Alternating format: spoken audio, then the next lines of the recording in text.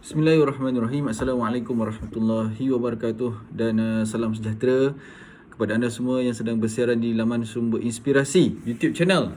Jadi insyaAllah pada video kali ini, di hari Isnin yang berbahagia ini, insyaAllah kami ingin berdiskusi sedikit berkenaan tentang salah satu subtopik dalam buku Quantum Ikhlas lagi. Karya RB Sentanu. Kali ini kita akan bercakap berkenaan tentang percaya diri dan juga langkah menyusun goal praying kalau sempat. Jadi tuan-tuan sekalian, bila kita bercakap berkenaan tentang percaya diri ini, apa yang beliau petik dalam buku ini, beliau mengatakan bahawa orang yang benar-benar percaya diri adalah mereka yang tidak lagi membezakan antara kerja dan doanya. Orang tersebut, orang yang benar-benar percaya diri ini, orang tersebut benar-benar menghayati pemahaman bahawa saat dia berdoa, sebenarnya dia juga sedang bekerja keras di dalam hatinya. Maksudnya inner work dia sedang bekerja.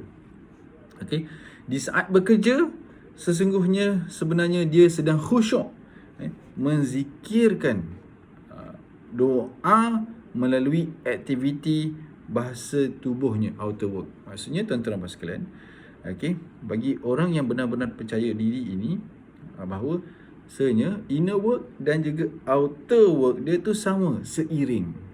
Bukan setakat dia bekerja keras saja, tetapi dalamannya itu sebenarnya sedang berdoa juga yang baik-baik.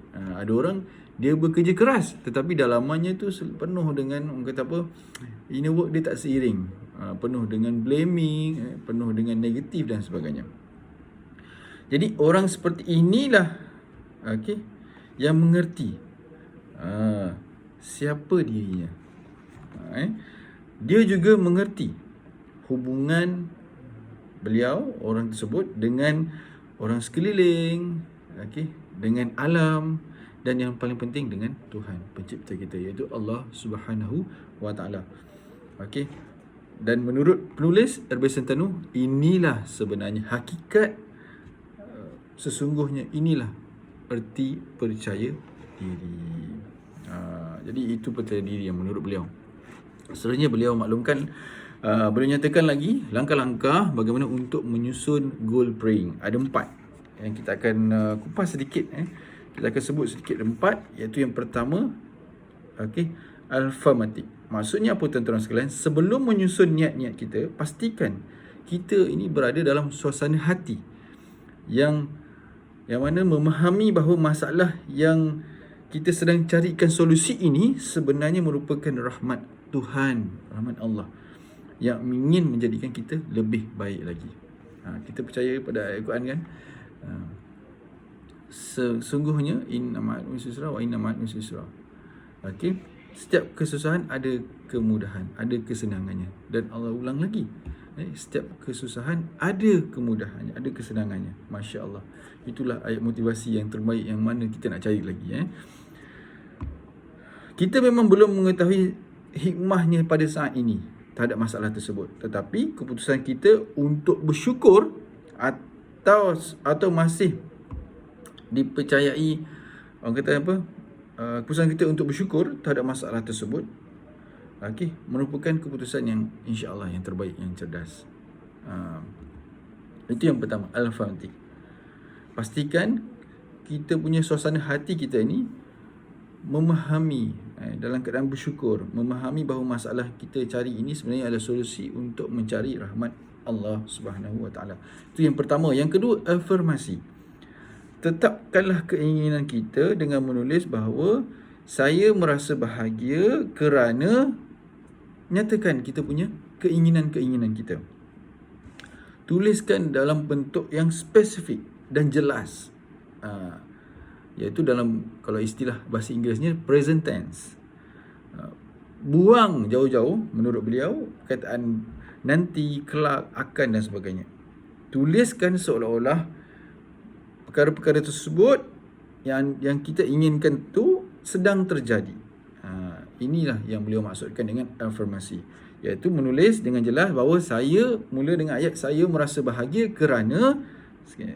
Okey, itu yang kedua. Yang ketiga, visualisasi. Gambarkan secara holografi seluruh kejadian kita pada saat ketika mana kita niatkan sesuatu yang kita nak itu menjadi kenyataan. Bayangkan. Seperti kita melihat gambar kan, apa yang kita nampak jelas kan, ada pokok, ada tengoklah kat mana ada bangunan, ada orang dan sebagainya. Jadi kita bayangkan dengan jelas, okey, seolah kita sedang melihat, seolah kita boleh bau, seolah kita boleh rasakan dan sebagainya. Itu yang kedua. Itu yang ketiga. Yang keempat, yang terakhir, syukur. Tuan-tuan sekalian, kita lihatlah gambaran impian kita yang kita nak tu seolah sudah terwujud di dalam hati kita dengan penuh rasa syukur. Dengan penuh rasa syukur, seakan-akan perkara itu sedang terjadi dan benar-benar menjadi kenyataan. Berdoalah seperti kita sudah siap menerimanya. Ucapkan terima kasih kepada Allah Subhanahu Wa Taala di atas rahmat Allah menerima doa kita, dan rasa syukur inilah tuan-tuan sekalian yang akan mendorong kalau dalam istilah psikoenergi ni, okey, alam vibrasi kuanta untuk segera melakukan tugasnya, mengantarkan pesanan kita, insya-Allah. Itu menurut penulis. Jadi teman-teman sekalian, syukur itu adalah hasil daripada afirmasi dan juga visualisasi. Okey, afirmatif seperti mana sebut tadi, suasana hati kita jaga.